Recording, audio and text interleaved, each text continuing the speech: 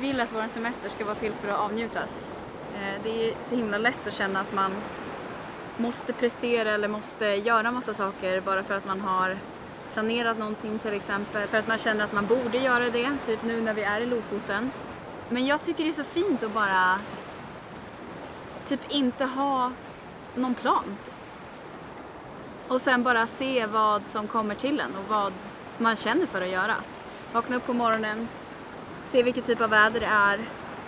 Känna av liksom hur det är status i kroppen, vad behöver jag idag.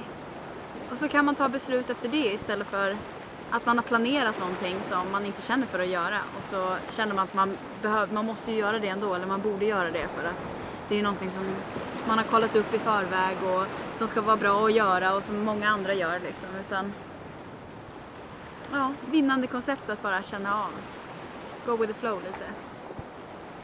Det kan jag varmt rekommendera.